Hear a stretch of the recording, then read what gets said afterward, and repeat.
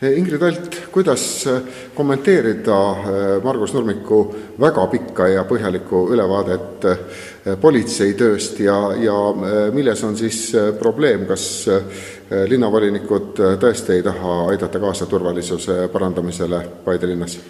No kindlasti see ei ole nii, et linnavolinikud ei taha, et linn oleks turvaline. Me väga seda tahame ja tahame ka kaasa aidata. Ainult siin Nurmiku ettekandes tekkis kohe nagu mitu küsimust.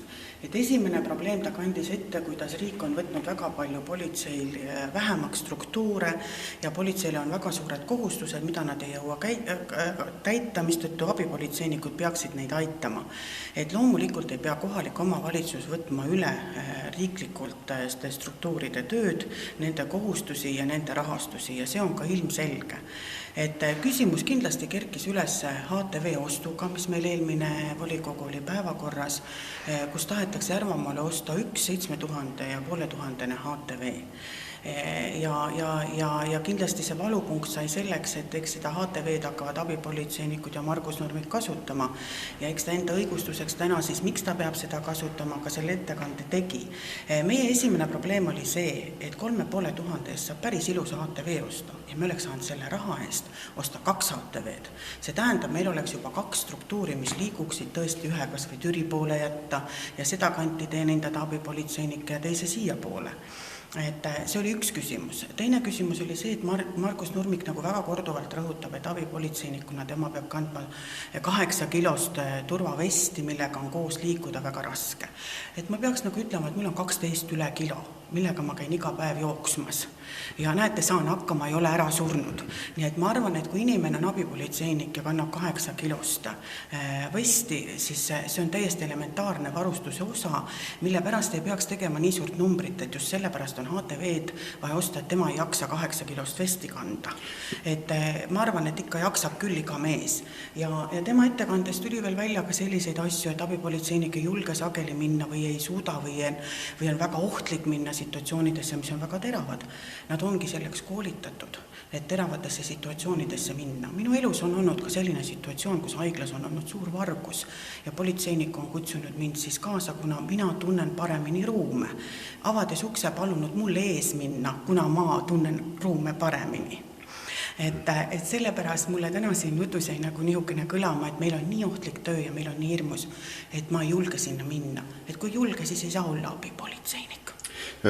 Ma laiendaksin seda teemat nüüd natukene või tooks selle tõelise probleemi korraks välja.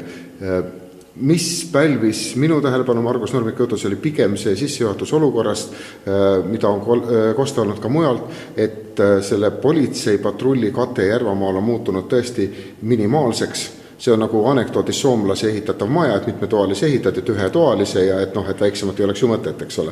Ega vähemaks ei ole mõtet praegu neid patrulle võtta, kui üks on jäänud, aga on kuulda olnud ka olukorras, kus politseinik sõidab nõnda, et tal on kõrval üldse abipolitseinik ja see, et nüüd pannakse politseinikele ka veel uurija kohustused, menetluse ja toimetamise kohustused, siis kas sa linnavolinikuna oled valmis tunnistama, et riik hakkab meid jätma praegu peaaegu, et kaitsetuks tavaliste pättide ees, kuigi siin äsja nägime, et kuni 6 autot suudetakse vabariigi tasemel välja panna, siis kui on paar kohalik kaaki vaja maha võtta. Ei no alati võib asju ajada traagilisemaks, ega me Eesti riigis ennast kaitsetuna ei tunne ikka küll. Aga kindlasti ei tohiks riik mitte ei pane, vaid kohalik omavalitsus nagu tahab võtta üle neid kohustusi. Et kohalik omavalitsus ei saa võtta turvariskide kohustusi üle, need on ikka riigil.